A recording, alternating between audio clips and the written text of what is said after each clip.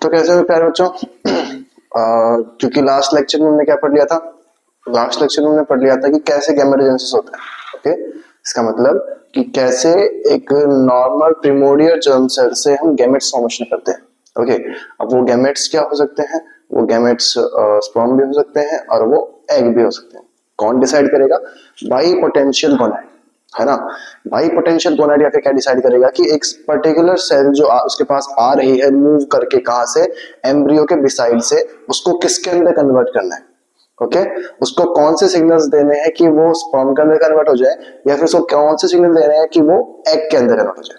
समझने के बाद अब हम पढ़ते हैं क्या? सबसे पहले स्पर्मेटोजेनेसिस। स्पर्मेटोजेनेसिस दैट मीन्स की स्पर्म प्रोडक्शन, स्पर्म का प्रोडक्शन कैसे होता है। स्पर्मेटोजेनेसिस, स्पर्म प्रोडक्शन कैसे हो सकती है वो हम पढ़ेंगे। ठीक है, प्रोसेस सेम है। क्या प्रोसेस है? कि जो प्रिमोर्डियल जर्म सेल्स होंगी, दैट मीन्स कि ऐसी सेल्स जिनसे स्पर्म बनेंगे, वो कहां से स्टार्ट होंगी मूव करना? वो स्टार्ट होंगी एम्ब्रियो के बिसाइड से। दैट मीन्स कि वो एम्ब्रियो के अंदर प्रेजेंट नहीं होंगी, वो हिंड गट से होते हुए आएंगी और मूव करते हुए और डिवाइड होते हुए और पहुंचेगी कहां पर? हमारे बाइपोटेंशियल गोनाड के अंदर। और बाइपोटेंशियल गोनाड के अंदर जाकर वो आगे जाके डिसाइड होंगी, उनका फ्यूचर डिसाइड होगा कि वो स्पर्म के अंदर कन्वर्ट होंगी या वो एग के अंदर कन्वर्ट होंगी। कोई दिक्कत नहीं? चलो देखते हैं। स्पर्मेटोजेनेसिस के अंदर कुछ खास बातें वो हमें देख पता होनी चाहिए। इनके अंदर जो प्रिमोर्डियल जर्म सेल्स होंगी, दैट मीन्स कि ये सेल्स क्या थी? डिप्लॉइड, है ना, जो कि आगे जाकर मियोसिस करेंगी और फिर हैप्लॉइड सेल्स के अंदर कन्वर्ट होंगी। कोई दिक्कत? तो ये जो प्रिमोर्डियल जर्म सेल्स थी जो कि डिप्लॉइड है, उनका जो जेनेटिक कंटेंट होगा वो क्या होगा? XY। क्यों? क्यों XY? क्योंकि स्पर्म प्रोडक्शन करना है, और स्पर्म प्रोडक्शन कहां होगा? जिन बाइपोटेंशियल गोनाड्स के अंदर XY क्रोमोसोम वाला जीनियस होगा। क्यों? क्योंकि Y क्रोमोसोम के ऊपर सॉरी जीन है ना, और सॉरी जीन जो है वो क्या करता है? आगे जाकर ओवेरियन पाथवे को ब्लॉक करता है और क्या बनाता है? Sperm pathway, sorry testis pathway को क्या करता है? सपोर्ट करता है। तो Y क्रोमोसोम होना जरूरी है। अब जो ये Y क्रोमोसोम है, इस Y क्रोमोसोम के ऊपर एक जीन प्रेजेंट होता है, दैट इज सॉरी जीन। जब ये सॉरी जीन आगे जाकर ट्रांसक्राइब होकर, ट्रांसलेट होकर सॉरी प्रोटीन बनाता है, तो ये सॉरी प्रोटीन कुछ काम करता है। क्या काम करता है? सबसे पहला तो ये ट्रांसक्रिप्शन फैक्टर्स की तरह काम करता है। किसके लिए? FGF9 प्रोटीन के लिए। और FGF9 प्रोटीन क्या है? वो टेस्टिस डिटरमाइनिंग जीन है। दैट मींस कि अगर FGF9 नहीं बनेगा तो टेस्टिस फॉर्मेशन नहीं हो सकता। ठीक है, इसका मतलब पहला काम तो सॉरी जीन का क्या हो गया? सॉरी प्रोटीन का क्या हो गया काम? कि वो टेस्टिस डिटरमाइनिंग जीन को एक्टिवेट करता है। दूसरा काम क्या है? सॉरी प्रोटीन कभी कभी क्या करता है? कभी कभी तो क्या मतलब most of the time, sorry protein most of the time क्या करता है? एक प्रोटीन है जो कि CDK एंड साइक्लिन, इन दोनों को एक्टिवेट करके जाता है। अब मैं क्या समझ जा रहा हूं CDK एंड साइक्लिन से? CDK और साइक्लिन एक स्पेसिफिक टाइप के प्रोटीन्स होते हैं। ओके, CDK का फुल फॉर्म है साइक्लिन डिपेंडेंट काइनेज। अब डिटेल में तो साइक्लिन डिपेंडेंट काइनेज के बारे में हम पढ़ेंगे कहां पर? सेल बायो के अंदर। ओके, जब हम क्या पढ़ रहे होंगे? Cell signalling. तो CDK, अभी बस इतना समझ लो कि CDK और साइक्लिन जहां भी एक्टिवेशन फॉर्म के अंदर प्रेजेंट होंगे, दैट मींस कि जिस भी स्टेज के अंदर CDK और साइक्लिन एक्टिवेट होंगी, वो सेल डिवीजन को प्रमोट करेंगे। ओके, इसका मतलब CDK और साइक्लिन एक सेल को डिवाइड करके दो सेल के अंदर कन्वर्ट करने के लिए बहुत ज्यादा उपयोगी प्रोटीन्स है ना। अब अगर मैं एक बात कर रहा हूं कि सॉरी प्रोटीन CDK और साइक्लिन को एक्टिवेट करके जा रहा है, इसका मतलब सॉरी प्रोटीन सेल डिवीजन में हेल्प कर रहा है। सेल डिवीजन में हेल्प कर रहा है ना, कर रहा है सेल डिवीजन में हेल्प।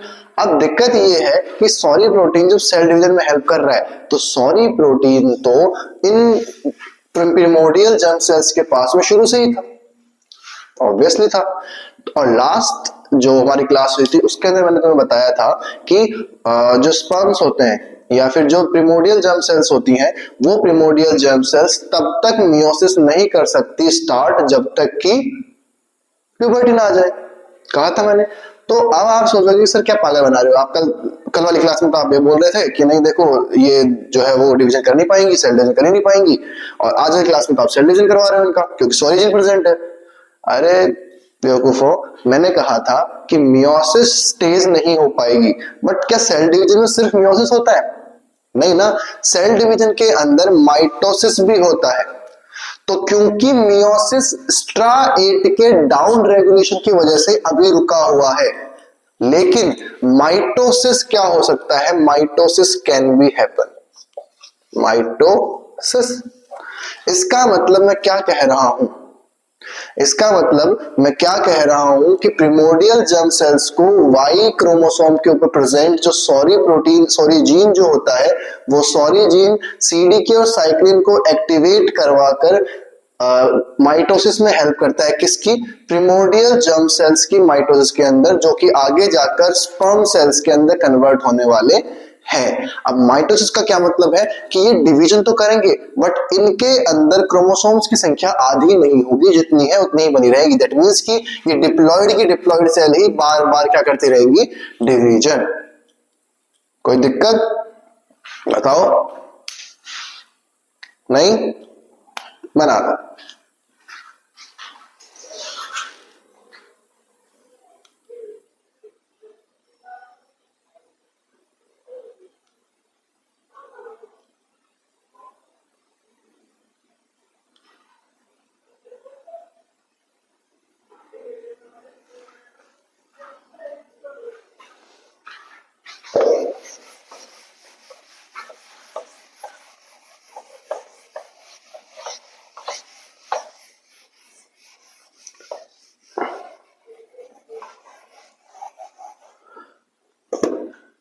चलो प्रोसेस पे चले वापस से, क्या हो रहा है कैसे हो रहा है। अपन ने इंपॉर्टेंट चीज पता कर ली। देखो भाई लोगों, अपन ने क्या कर लिया? इंपॉर्टेंट चीज पता कर लिया, ठीक है, कि सॉरीजीन जो है, सॉरीजीन एक स्पेसिफिक टाइप का जीन होगा जो क्या करवा के जाएगा? माइटोसिस करवा के जाएगा, मियोसिस नहीं करवा सकता वीडियो, ठीक है।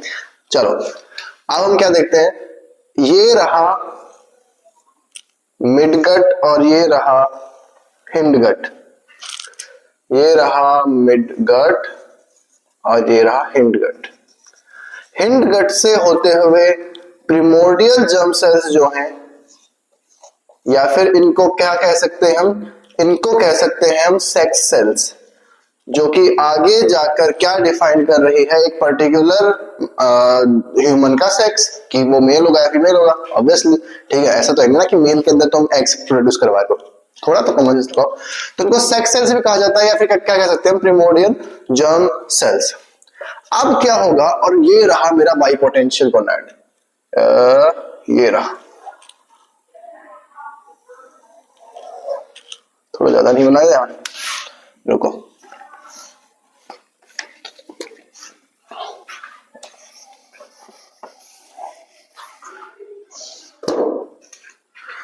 ये रहा मेरा बाई पोटेंशियल गोनाड। देखो मेरी ड्राइंग ना थोड़ी वैसी है, तो तुम लोग संभाल लेना यार। अरे इतनी तो तुम भी नहीं संभाल पाओगे, इतनी बुरी है। चलो इसको हम समझ के चलते हैं, क्या? By potential gonad. इसका मतलब अभी तक डिफरेंशिएट नहीं है कि ये जो है वो किसके अंदर कन्वर्ट होगा? टेस्टिस में कन्वर्ट होगा या फिर ओवरी के अंदर। पर हमको तो पता है, हम तो ज्ञानी है, ओके, हमें तो सब पता है कि ये टेस्टिस में अंदर कन्वर्ट होगा या फिर ओवरी के अंदर कन्वर्ट होगा, है ना? कैसे पता है हम सबको? बताओ। क्योंकि अरे हमको, हम तो डिसाइड कर रहे हैं ना कि हम स्पर्मेटोजेनेसिस पढ़ रहे हैं, ओजेनेसिस, है ना? हम तो डिसाइड कर रहे हैं ना कि स्पर्मेटोजेनेसिस पढ़ रहे हैं, ओजेनेसिस, हमको तो पता है क्या बनाना है आगे जाके। चलो अब ये प्रिमोर्डियल जर्म सेल्स जैसे मूव करेंगी, तो मूवमेंट के साथ में इनके अंदर डिवीजन होगा, और वो कौन सा डिवीजन होगा? वो होगा माइटोसिस, है ना। माइटोसिस डिवीजन होगा इनके अंदर। क्यों? क्योंकि मैंने अभी अभी नेक्स्ट स्लाइड के अंदर बताया था कि सॉरी जीन्स जो होते हैं वो क्या बनाएंगे, सॉरी प्रोटीन्स, और सॉरी प्रोटीन्स क्या करेंगे, आगे जाकर सीडी साइकिल को एक्टिवेट करवाएंगे, जो कि आगे जाकर क्या करवाएगा, माइटोसिस करवाएगा। तो माइटोसिस क्योंकि हो रहा है तो ये सेल्स जो है वो आपस में बहुत ज्यादा मल्टीप्लाई हो चुकी है। And after the multiplication in cells का होता है फ्यूजन, और ये फ्यूज होकर आपस में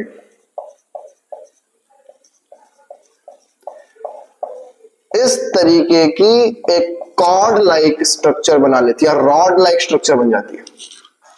अगर मैं इसको यहां से कट करके इसका टीएस देखता हूं तो मुझे ये ऐसी एक तरीके की सॉलिड कोड दिखाई देगी।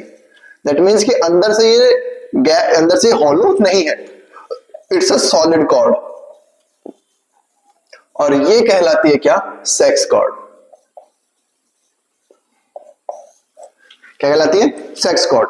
अब फ्यूजन किसने प्रमोट किया भाइयों, यहां फ्यूजन हो गया। अब ये जो फ्यूजन था, ये फ्यूजन कौन प्रमोट करके गया, ये फ्यूजन प्रमोट करके गया कौन, सॉरी प्रोटीन।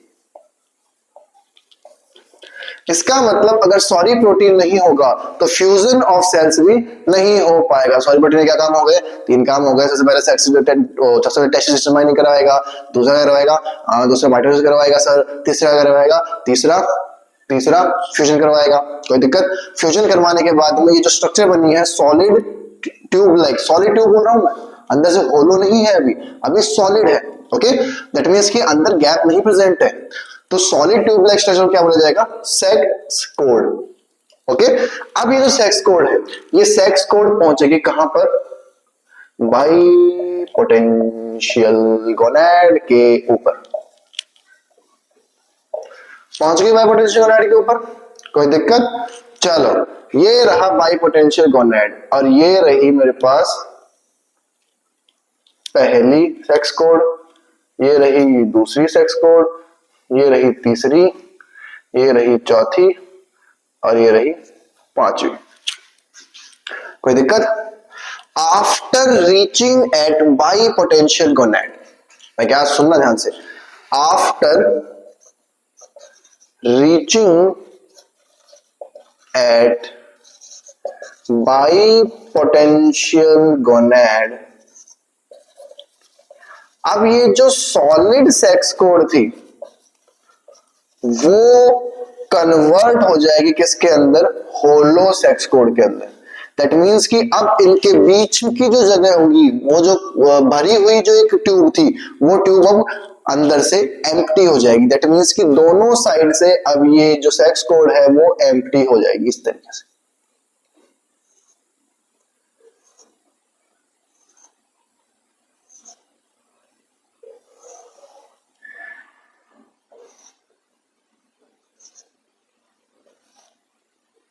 हो गई है?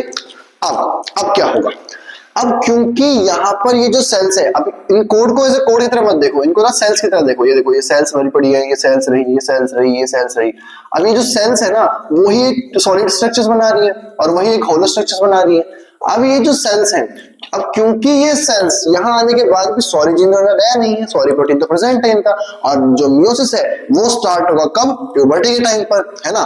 तब तक क्या होगा, तब तक ये सेल्स क्या करती रहेंगी, डिवीजन। और क्योंकि ये सेल्स डिवीजन कर रही है तो इनका साइज भी बढ़ेगा, जो सेक्स कोड है उसका साइज भी लंबा होता जाएगा। अब सेक्स कोड का जो साइज है वो तो लंबा हो रहा है, लेकिन स्पेस तो वही है। एक चीज को आप जब तक वो छोटी थी तो आप इसके स्पेस के अंदर कैरी कर लोगे, लेकिन जब इसका साइज बढ़ रहा है, इसकी लेंथ बढ़ रही है, तब आप इसको इस ही स्पेस के अंदर कैरी नहीं कर पाओगे। तो अब क्या होना शुरू होगा, अब इन सेक्स कोड्स के अंदर फोल्डिंग होना शुरू होगी।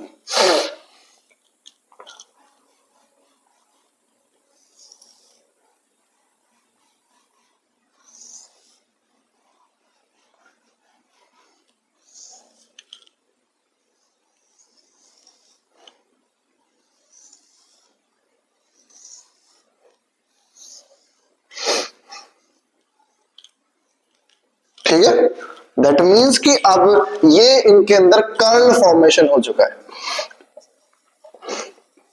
और क्यों हुआ curl formation? Because of regular mitosis division. कौन करवा रहा है? Sorry protein. Okay, curl formation हो गया।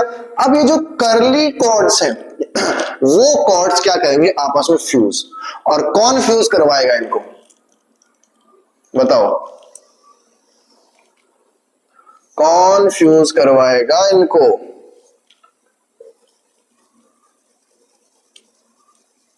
बोलो बोलो।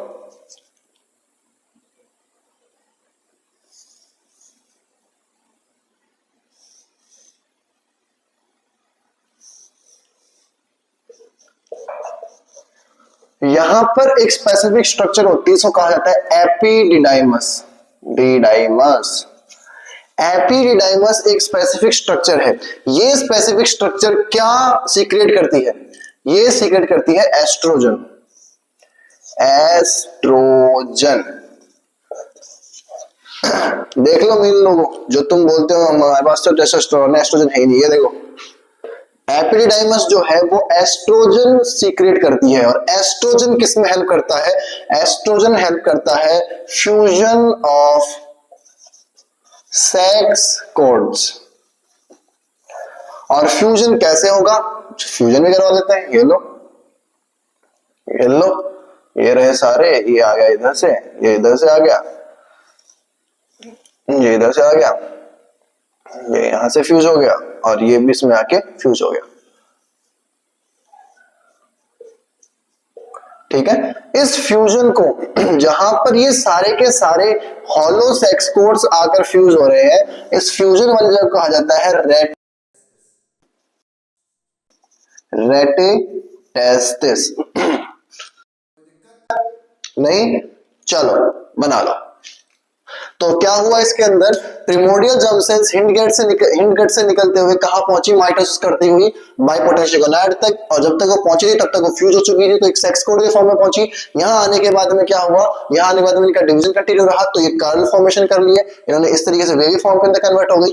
और सेक्स कोड जब वेवी फॉर्म के अंदर कन्वर्ट हुई तो एपिडिडाइमस ने इनको फ्यूज करवाया। फ्यूजन के थ्रू क्या होगा कि अंदर की जो सेल्स थी वो अंदर की हो गई, पॉपुलेशन में जाएंगी, वो खाली हो जाएगी। जैसे ही वो खाली हो जाएंगी तो अब ये हॉलो सेक्स कोड जो है वो आपस में फ्यूज हो जाएंगी। और फ्यूजन मतलब कहा जाएगा रेटिटेस्टिस।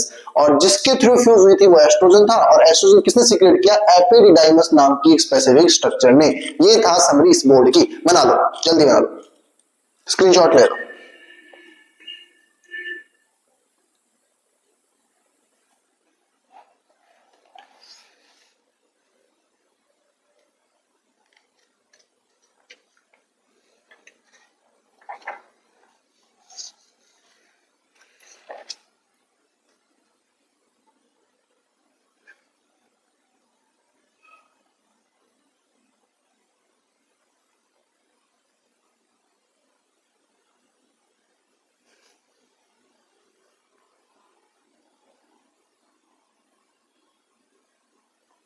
आया, चलो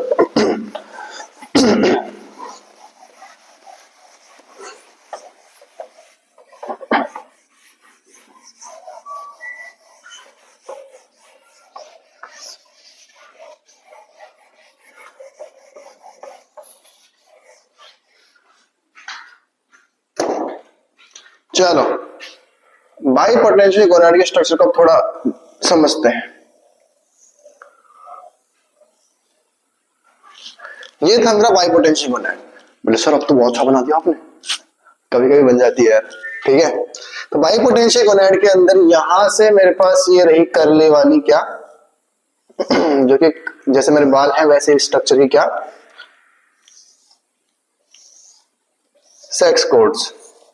और ये सेक्स कोड्स आगे जाकर क्या हो रही है? फ्यूज। अब इनको लाइनिंग के फॉर्म में मत लेना प्लीज यार, ना मैंने बहुत डिटेल से बता दिया है कि अंदर से क्या होती है? होलो, और एक ट्यूब लाइक स्ट्रक्चर्स होती है सारी की सारी। ठीक है, ये रहा इसका रेटिटेस्टिस। Rete testis, okay. और ये रहा इसका एपिडिडाइमस।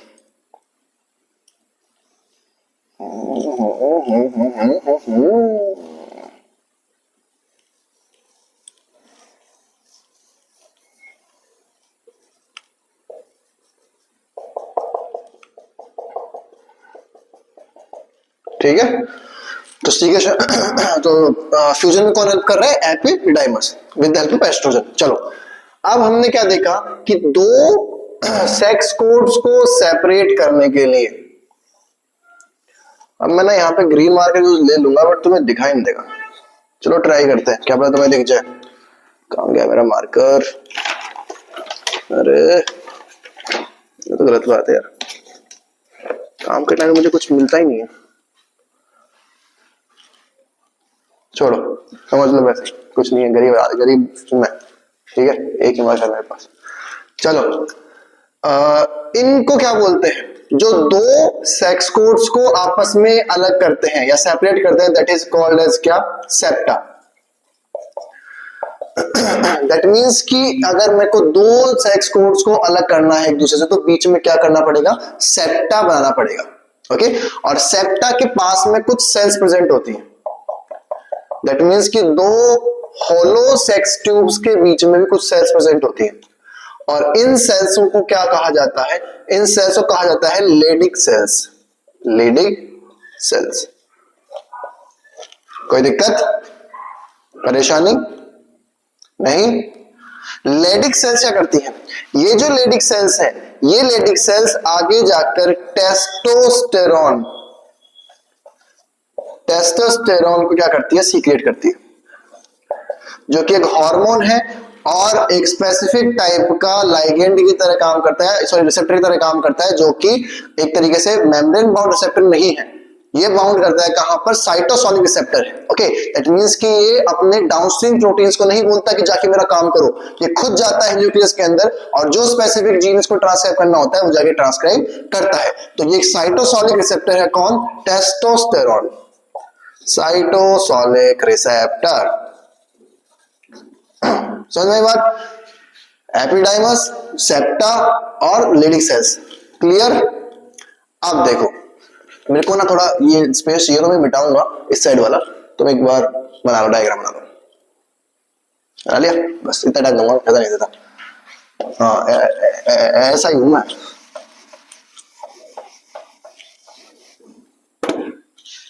ऐसा ही हूं मैं।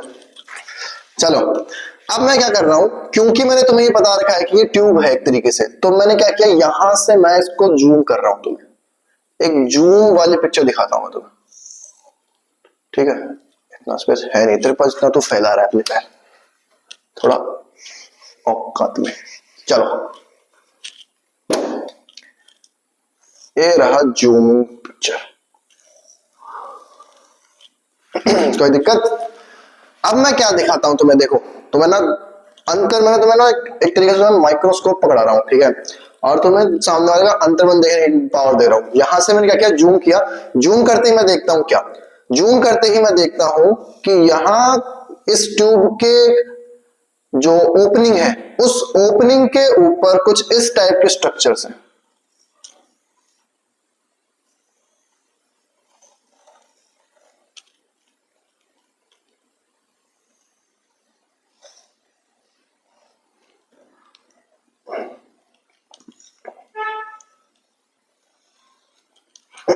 ठीक है, ये रही कुछ इस टाइप के स्ट्रक्चर्स। एक स्ट्रक्चर ये रही, एक ये रही, एक ये रही, ये रही और ये रही। ठीक है, ये जो सेल्स तुम्हें इसके पेरीफेरी में प्रेजेंट दिखाई दे रही है, जो कि इसके सेंटर तक पहुंच रही है, ये सेल्स कहलाती है क्या? ये कहलाती है सर्टोली सेल्स। याद है सर्टोली सेल्स? ये मेटाजेनेसिस के अंदर बताया था मैंने। सर्टोली सेल्स क्या करेगी? रेटिनोइक एसिड सीक्रेशन करना स्टार्ट करेगी प्यूबर्टी के अंदर, जिससे कि क्या होगा? स्ट्राइड अपरेगुलेट होगा और म्यूसिस स्टार्ट होगा एट द प्यूबर्टी। तो वही सर्टोली सेल्स है ये, याद होगा तुम, सर्टोली सेल्स प्रेजेंट होगी। ओके, अब ये जो सर्टोली सेल्स हैं, अब देखो गौर से देखो, इस सर्टोली सेल्स ने इस होलो ट्यूब की ओपनिंग को, ये तो मैं ओपनिंग की बात कर रहा हूं, पर पूरी ट्यूब के अंदर ही ऐसा है, जैसे कि ये है, ये पूरी ट्यूब ही बन रही है ऐसे लास्ट तक। ओके, और इसका मैंने फ्रंट फंक्शन तुम्हें कट करके फिर दिखाया। ठीक है, तो इन सर्टोली सेल्स ने इस ट्यूब की ओपनिंग को दो पार्ट के अंदर कन्वर्ट कर दिया। पहला तो है ये वाला पार्ट, ओके, जो कि क्या कहलाता है? Basal compartment. और दूसरा है ये वाला पार्ट जो क्या कहलाता है, एडल्यूमिनल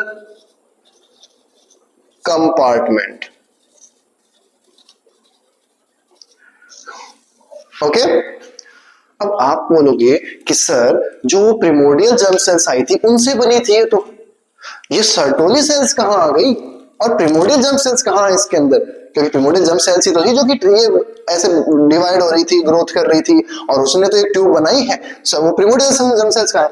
तो प्रिमोर्डियल जर्म सेल्स प्रेजेंट होती है बेसल कंपार्टमेंट के अंदर।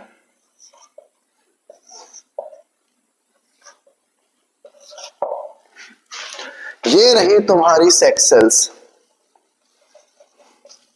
जो इतना लंबा ट्रेवल करके पहुंची है कहां तक? यहां तक। कोई दिक्कत? इसका मतलब सर्टोली सेल्स में एक जो होलो सेक्स कोड है, सॉरी जो होलो सेक्स ट्यूब है, उस सेक्स ट्यूब को दो पार्ट में डिवाइड कर दिया है। पहला तो क्या, एडल्यूमिनल कंपार्टमेंट, और दूसरा बेसल कंपार्टमेंट। ओके, कोई दिक्कत? अब ये जो ट्यूब होती है, ये जो होलो ट्यूब्स है जो कि अंदर से एकदम खाली है, ये देखो अंदर से खाली ना, यहां से अगर पानी डालूंगा तो उस साइड से निकल जाएगा, ऐसे खाली है, ठीक है। तो अंदर से जो खाली होलो ट्यूब्स है ये कहलाती है क्या, सेमिनिफेरस ट्यूब्यूल्स। Seminiferous tubules.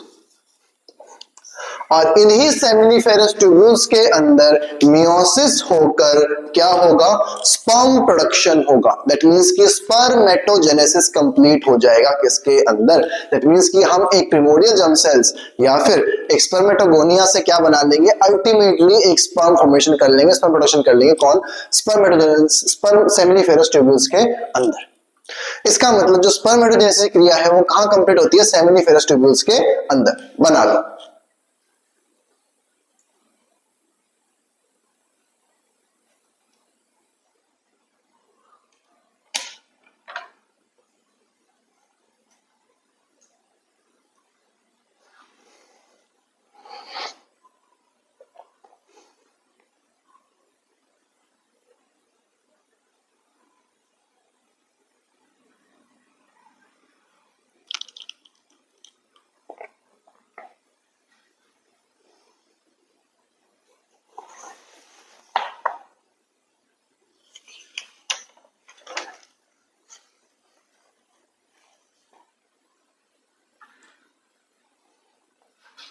बना लिया?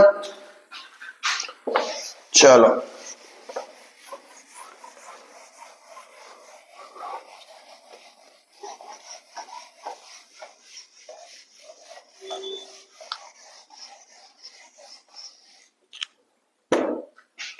अब हम क्या देखते हैं, जब सेक्स सेल्स जाकर कहां प्रेजेंट हो जाती है, जाकर प्रेजेंट हो जाती है कहां, सेमिनिफेरस ट्यूब्यूल्स के अंदर, तो उस टाइम पर इन सेल्स का नाम होता है क्या, A1 स्पर्मेटोगोनिया। ओके, अब क्योंकि सॉरी जीन प्रेजेंट है तो क्या होगा, माइटोसिस। तो मैं ऐसे डिफरेंशिएट कर रहा हूं, ये रही A1 सेल। ओके, अब होगा क्या, माइटोसिस। दैट मींस कि क्रोमोसोम नंबर सेम रहेगा, सिर्फ सेल डिवीजन होगी। देखो ये रहा, और अब मैं क्या देखता हूं, ये मेरे पास बन गई दो सेल, और इसको कहा जाता है आफ्टर डिवीजन। आफ्टर डिवीजन हुआ, माइटोसिस हुआ, माइटोसिस हुआ, और ये जो माइटोसिस हुआ है उस माइटोसिस से क्या हुआ है, A1 सेल A2 सेल के अंदर कन्वर्ट हो गई, या A2 स्पर्मेटोगोनिया के अंदर कन्वर्ट हो गई। अब आप पूछोगे कि एक सेल तो टोटली डिवाइड होकर दो सेल्स के अंदर कन्वर्ट होती है, कि ये क्या रही है, ये क्या? इसको कहते हैं cytoplasmic bridge. This is called as cytoplasmic bridge. क्यों जरूरी है साइटोप्लाज्मिक ब्रिज, बताओ, बोलो बोलो, क्या जरूरी है साइटोप्लाज्मिक ब्रिज? साइटोप्लाज्मिक ब्रिज का मतलब क्या है? इसका मतलब साइटोप्लाज्मिक ब्रिज क्या कर रहा है, दो सेल्स के साइटोप्लाज्म को एक दूसरे से इंटरलिंक करके जा रहा है। ओके, अगर एक पर्टिकुलर सर्टोरी सेल्स या किसी भी सेल से कोई इंडक्शन आया, दैट मींस कोई सिग्नल पहुंचा और वो केवल इस सेल तक पहुंच पाया, तो वो ऑटोमेटिकली साइटोप्लाज्मिक ग्रिड से होते हुए इस सेल के अंदर पहुंच जाएगा।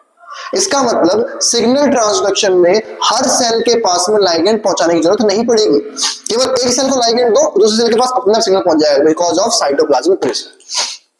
और ये साइटोप्लाज्मिक ग्रिड तब तक बना रहेगा जब तक ये स्पर्मेटोसाइट्स के अंदर कन्वर्ट नहीं हो जाते। कोई दिक्कत? स्पर्मेटोसाइट्स के अंदर कन्वर्ट नहीं होता, सॉरी। ओके, अब देखो A2 सेल जो है वो वापस से डिवीजन में जाएगी, दैट मींस कि माइटोसिस करेगी और किसके अंदर कन्वर्ट हो जाएगी? A3 सेल के अंदर। इसका मतलब अब ये दो जो है किसमें कन्वर्ट हो जाएंगे? 4 के अंदर।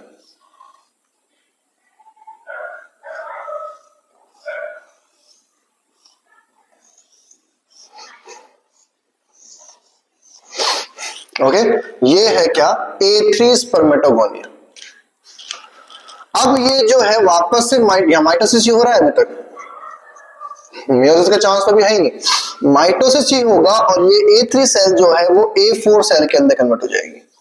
और A4 सेल कितने सेल्स की होंगी? 8 सेल्स की। ओके, अब A4 सेल्स के दो काम है, A1, A2 और A3 सेल्स के केवल एक काम था, माइटोसिस।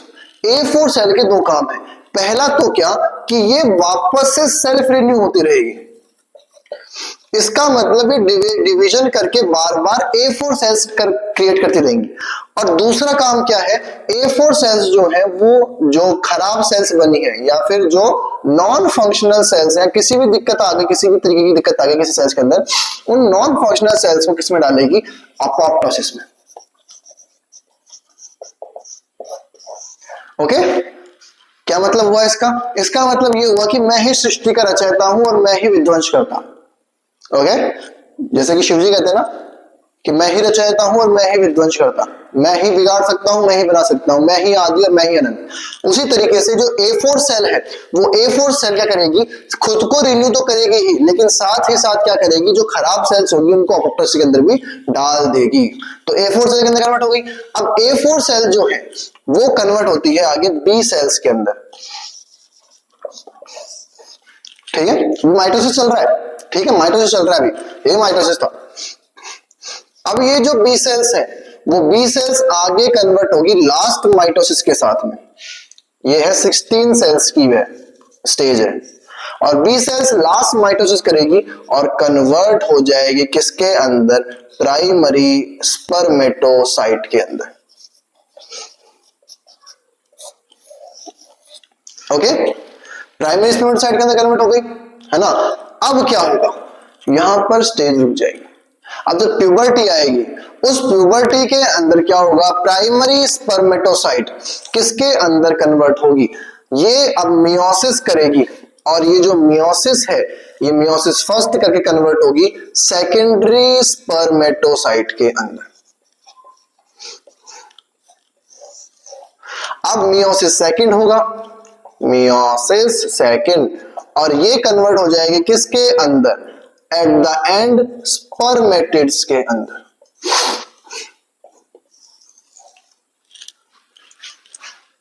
ओके, और ये जो स्पर्मेटिड्स होते हैं ये है नाउ हैप्लॉइड स्ट्रक्चर। और ये स्पर्मेटिड्स जो होते हैं ये ही आगे जाके फॉर्म करेंगे क्या? स्पर्म्स का।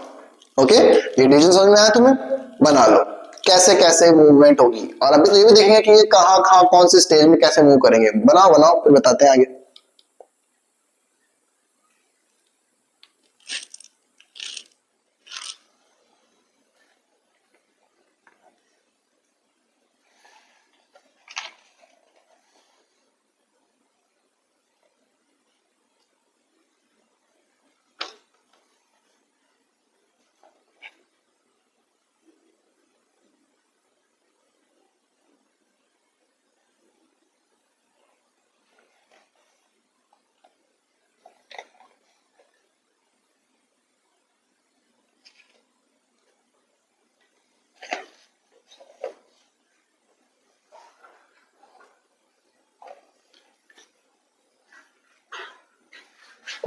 चलो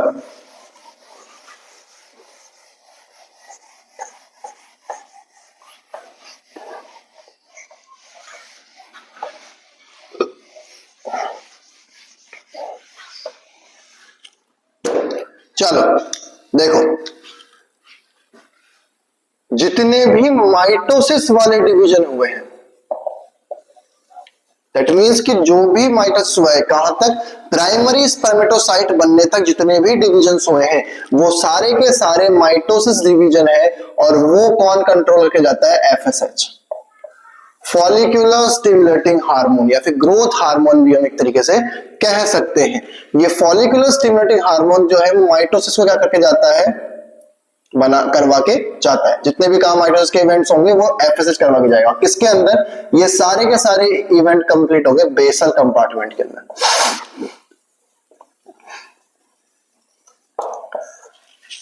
लेकिन जितने भी मियोसिस वाले इवेंट्स थे, इसका मतलब प्राइमरी स्पर्मेटोसाइट्स के बाद में जो secondary spermatocytes and ultimately spermatids बने थे, वो कौन करवा के जाता है, वो करवा के जाता है टेस्टोस्टेरॉन, जो कि एक साइटोप्लाज्मिक क्या है, जो कि एक साइटोप्लाज्मिक रिसेप्टर है। ओके, और ये मियोसिस करवा के जाएगा, और मियोसिस कहां करवा के जाएगा, एडल्यूमिनल कंपार्टमेंट के अंदर। अब तुम्हारे दिमाग में सवाल आना चाहिए कि इतनी स्पेसिफिसिटी क्यों। इसका मतलब तो मैं ये कह रहा हूं कि एक सर्टोली सेल्स ने जो डिवाइड किया हुआ था बेसल कंपार्टमेंट और एडल्यूमिनल कंपार्टमेंट को, वो एडल्यूमिनल कंपार्टमेंट केवल और केवल माइटोसिस के लिए बना है, और बेसल कंपार्टमेंट केवल और केवल मियोसिस के लिए बना है। ऐसा क्यों, बताओ, ऐसा क्यों? सोचो सोचो, जब तक मैं अपना भद्दा डायग्राम बनाना स्टार्ट करता हूं। ये मैं इसलिए बोलता ताकि तुम लोग मेरी तारीफ करो थोड़ी, कि नहीं सर आप अच्छा डायग्राम बनाते हो। कमेंट में अगर तुम चाहते हो कि मैं और डायग्राम बनाऊं और तुम्हें और हंसी आए, तो कमेंट में जाके टाइप करो। क्या टाइप करोगे तुम लोग, कोई शॉर्ट सा, कुछ अच्छा सा, हैशटैग डायग्राम्स। ओके, चलो बहुत होगी मस्ती। यहां से सर्टोली सेल्स थी, ये रही एक सर्टोली सेल, ये रही दूसरी सर्टोली सेल, ये रही तीसरी सर्टोली सेल, ये मैंने चौथी बना दी, और ये बना दी मैंने पांचवी। ठीक है, ओके। अब ये जो सर्टोली सेल्स हैं, ये देखो, ये सर्टोली सेल्स क्या कर रही है, इसको तो कन्वर्ट कर दिया इसने एडल्यूमिनल कंपार्टमेंट के अंदर, और इसको कन्वर्ट कर दिया इसने बेसल कंपार्टमेंट के अंदर। ओके, अब देखो यहां पर प्रेजेंट है क्या, हमारी सेल्स, ये रही एक सेल, ये रही दूसरी सेल, ये रही तीसरी सेल, चौथी, पांचवी। ओके, और ये है अभी A1 पे ऊपर। ओके, A1 स्पर्मेटोगोनिया जब तक प्राइमरी स्पर्मेटोसाइट के अंदर कन्वर्ट ना हो जाए, वो प्रेजेंट होगी कहां पर, बेसल कंपार्टमेंट के अंदर। लेकिन जैसे ही वो प्राइमरी स्पर्मेटोसाइट के अंदर कन्वर्ट हो जाएगी, वो पहुंच जाएगी अंदर। ठीक है, मेन इंपॉर्टेंट चीज क्या है यहां पर पढ़ना, हमें इस जंक्शन को पढ़ना, जो कहलाता है क्या, टाइट जंक्शन। टाइट जंक्शन, या फिर हम कह सकते हैं ब्लड टेस्टिस बैरियर। क्या है टाइट जंक्शन, बताओ, what is a tight junction means. मैं बताता हूं, एक तरीके से ये रही क्या, एक ब्लड कैपिलरी, और ब्लड कैपिलरी अपने साथ क्या लेके आती है, सारे टाइप के हार्मोन्स, है ना, न्यूट्रिशंस जैसे कि ग्लूकोज, ऑक्सीजन, और बताओ बताओ विटामिन्स, और वो चीजें लेके आती है। ठीक है, सारी चीजें लेके आती है। और ये रही इसके पास में प्रेजेंट क्या, सेल्स। ये पहली सेल रही, सॉरी ऐसे नहीं बनाते सेल्स को, कब मैं सीखूंगा डायग्राम बनाना। ये रही पहली सेल, ये रही दूसरी सेल्स, अभी भी नहीं आया बस, ये रही तीसरी सेल्स, और ये रही इसके पीछे की सेल्स, ये रही, ये रही, ये इसके पीछे की सेल्स, ये रही, ये रही, और ये रही। ठीक है, तो यहां से जो ब्लड कैपिलरीज है वो अपना ग्लूकोज, ऑक्सीजन, हार्मोन जितने भी चीजें लेके आए हैं या फिर कोई लाइगेंड लेके आए हैं वो सारी की सारी कहां ट्रांसफर कर देती है, इस किसके अंदर, अंदर का जो इंट्रा टिश्यू जो वो है space, okay, inter cellular space जो है उनके अंदर डाल देती है। और ये जो ग्लूकोज वगैरह है वो यहां से ट्रेवल करते हुए अंदर की सेल्स तक आसानी से पहुंच जाते हैं। और ग्लूकोज एक सेल को क्यों चाहिए होगा भाई, हाँ, ताकि वो ग्लाइकोलाइसिस करवा सके, क्रेब्स करवा सके, एटीएस करवा सके और क्या बना सके एट द एंड, क्या बना सके एट द एंड, वो बना सके क्या, एटीपी, और उसको एनर्जी मिलती रहे। अगर ग्लूकोज की बात करें, बाकी तो अपना काम है सबका, ठीक है। तो ये तो हो गया नॉर्मल एक सेल का व्यू, ठीक है। देखो हमारे ना बॉडी में कितनी सारी कैपिलरीज है ना, ऐसे करके देखोगे ना एकदम ऐसे, देखो मुंह तो पूरा लाल हो जाता है, सॉरी मैं खो जाता हूं बच्चों वाली चीजों में, ठीक है। तो कैपिलरीज हर जगह प्रेजेंट है, हर सेल के ऊपर प्रेजेंट है। तो हर सेल की तरफ से जो अंदर डेप्थ में सेल्स प्रेजेंट होती है उनके अंदर ये जो हमारे न्यूट्रिशंस हैं वो डिफ्यूजन के थ्रू पहुंच जाते हैं। लेकिन कई बार क्या होता है, कई स्पेसेस के अंदर या फिर कई जगहों पर क्या होता है, सॉरी क्या यार, मैंने ठीक मारी, तुम लोगों ने गॉड ब्लेस यू भी लिखा comments, hashtag God bless you, ठीक है। तो कई जगह पर क्या होता है, कई जगह पर जो सेल्स हैं, जो ब्लड कैपिलरीज के जस्ट पास में प्रेजेंट जो सेल्स हैं वो आपस में फ्यूज हो जाती है। और ये जब सेल्स आपस में फ्यूज हो गई, इसका मतलब अब इनका इंट्रासेल्युलर स्पेस जो है या इंटरसेल्युलर स्पेस जो है वो खत्म हो चुका है। अब जो पीछे की सेल्स जो प्रेजेंट होंगी उन सेल्स तक क्या नहीं पहुंच पाएगा, कोई भी प्रोटीन हार्मोन नहीं पहुंच पाएगा, कोई भी ग्लूकोज नहीं पहुंच पाएगा, ओके। क्यों? क्योंकि प्रोटीन्स और ग्लूकोज क्या होते हैं, एक तरीके के क्या होते हैं, क्योंकि प्रोटीन का हाइड्रोफोबिक पार्ट अंदर बरीड होता है तो बाहर साइड में हाइड्रोफिलिक है। तो जो भी मॉलिक्यूल्स नॉन हाइड्रोफोबिक, जो भी मॉलिक्यूल हाइड्रोफोबिक नहीं है, इसका मतलब जो भी मॉलिक्यूल्स लिपिड क्वालिटी नहीं रखते हैं वो सारे के सारे क्रॉस नहीं कर पाएंगे किसको, इस सेल सेल जंक्शन को। क्यों? क्योंकि सेल मेम्ब्रेन क्या होती है, लिपोफिलिक होती है, ओके। और सेल मेम्ब्रेन क्या होती है, लिपिड्स की बनी होती है। तो लिपिड्स क्या होता है, हाइड्रोफोबिक, तो हाइड्रोफोबिक इंटरेक्ट करेगा हाइड्रोफोबिक के साथ में, तो हाइड्रोफोबिक तो आराम से निकल जाएगा। लेकिन जो हाइड्रोफिलिक मॉलिक्यूल्स होंगे, जो कि पोलर मॉलिक्यूल्स होंगे, जो चार्ज मॉलिक्यूल्स होंगे, वो तो इंटरेक्ट करेंगे नहीं, वो तो निकलेंगे नहीं। तो इसको कहा जाता है tight junction, tight junction, okay. और टाइट जंक्शन हमारी बॉडी में 3 जगह पाए जाते हैं और एक टेस्टिस पे, ठीक है। ब्रेन में कहा जाता है क्या, blood brain barrier, blood intestinal barrier and blood testis barrier, okay. इन तीनों जगह पर टाइट जंक्शन पाए जाते हैं, ओके। तभी तो कहा जाता है ना कि जब हम ब्रेन की या फिर सर दर्द की दवाई देते हैं, सर दर्द की दवाई अगर प्रोटीनियस होगी, ओके, अगर सर दर्द की दवाई हाइड्रोफिलिक होगी या पोलर क्वांटिटी की क्वालिटी की होगी तो वो कभी पहुंच ही नहीं पाएगी। इसीलिए हमेशा सर दर्द की दवाई को लिपोफिलिक बनाया जाता है, जिससे कि वो इजीली सीधा जाके कहां पहुंच सके, ब्रेन के अंदर एक्ट कर सके, क्रॉस करते हुए टाइट जंक्शंस को, ओके। चलो टाइट जंक्शन की बात हो गई, तो यहां पर कौन सा टाइट जंक्शन प्रेजेंट है, ब्लड टेस्टिस बैरियर। अब इस ब्लड टेस्टिस बैरियर को कौन नहीं क्रॉस कर पाएगा, जो प्रोटीन होगा, प्रोटीन हार्मोन नहीं कर पाएगा। लेकिन अब देखो एफएसएच जो है, समझ में आ गया टाइजेशन क्या है। अब देखो फॉलिकुलर स्टिमुलेटिंग हार्मोन की अगर हम बात करते हैं तो वो एक प्रोटीन हार्मोन है, ओके। जबकि अगर मैं टेस्टोस्टेरोन की बात करूं, टेस्टोस्टेरोन एक लिपिड क्वालिटी हार्मोन है, ओके। दैट मींस कि वो एक साइटोप्लाज्मिक रिसेप्टर की तरह काम करता है और क्रॉस कर सकता है किसको, सेल मेम्ब्रेन को इजीली, ओके। अब देखो फॉलिकुलर स्टिमुलेटिंग हार्मोन कहां पर इफेक्ट कर रहा है, केवल और केवल बेसल कंपार्टमेंट के अंदर। क्यों? क्योंकि वो ब्लड टेस्टिस बैरियर को क्रॉस करके एडलुमिनल कंपार्टमेंट के अंदर नहीं जा सकता, because it is a protein hormone. Follicular stimulating hormone is friend zoned now, okay, वो अपना दायरा क्रॉस नहीं कर सकता।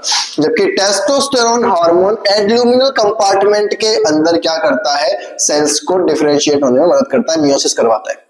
क्योंकि टेस्टोस्टेरोन के पास में एक्सेस है कहां जाने का, अंदर, क्योंकि वो सेल मेम्ब्रेन के अंदर होते हुए भी पहुंच पाएगा कहां पर, एब्डोमिनल कंपार्टमेंट के अंदर।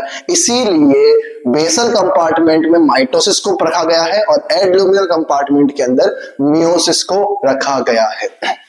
ओके, अभी तो हमें बहुत चीजें पढ़नी है। अभी हमें क्या पढ़ना है, अभी हमें पढ़ना है कि जो A1 स्पर्मेटोगोनिया है वो किस तरीके से A1 A2 B spermatocyte primary के अंदर कन्वर्ट होती है और फिर ये कैसे होते हुए अंदर जाती है, यहाँ एब्डोमिनल कंपार्टमेंट के अंदर कैसे पहुंचेगी, क्योंकि यहाँ पे टाइट जंक्शन है, इसको भी नहीं पहुंचना चाहिए था, तो कैसे ये अंदर पहुंचेगी ये पढ़ेंगे अभी तक तो। ठीक है, उसके अलावा हम क्या पढ़ेंगे, उसके अलावा पढ़ेंगे अंदर कैसे इनका डिवीजन होता है, मियोसिस करवाने के लिए टेस्टोस्टेरोन क्यों जरूरी है। ठीक है, सारी चीजें पढ़ेंगे हम नेक्स्ट क्लास के अंदर। ओके, क्योंकि मैं ज्यादा लंबा नहीं बना रहा, आराम से पढ़ो, हो जाएगा। ठीक है, इसके अंदर हमने क्या पढ़ लिया अब तक कि कैसे सोल्यूशन होता है। अब हम पढ़ेंगे उसकी प्रोसेस कि कैसे ये सेल यहां से मूव करती हुई और डिवीजन करती हुई पहुंची एब्डोमिनल कंपार्टमेंट के अंदर, और फिर ये एब्डोमिनल कंपार्टमेंट के अंदर प्राइमरी स्पर्मेटोसाइट से सेकेंडरी स्पर्मेटोसाइट, सेकेंडरी से स्पर्मेटिड्स, और स्पर्मेटिड से लास्ट में कैसे इसने बना लिया, क्या स्पर्म प्रोडक्शन कर लिया। ओके, कैसे एक प्रॉपर स्पर्म के अंदर कन्वर्ट हो गई है अंदर जाकर। फिर उसके बाद हम पढ़ेंगे कि जो सर्टोली सेल्स दिख रही है तुम्हें, जो कि ये थोड़ा बैरियर बना के जा रही है, वो सर्टोली सेल्स का क्या काम है, क्यों ये हेल्पफुल है स्पर्मेटोजेनेसिस के अंदर। ओके, तो ये सारी चीजें हम पढ़ेंगे कब, ये हम पढ़ेंगे नेक्स्ट वीडियो के अंदर, और नेक्स्ट वीडियो में आपका स्पर्मेटोजेनेसिस खत्म। फिर हम पढ़ेंगे oogenesis, फिर हम पढ़ेंगे फर्टिलाइजेशन, क्योंकि अगर गेमेट्स बना लिए तो उनका यूज तो लेना जरूरी है ना। गुड, चलो मिलते हैं, स्लीप टाइट, गुड नाइट।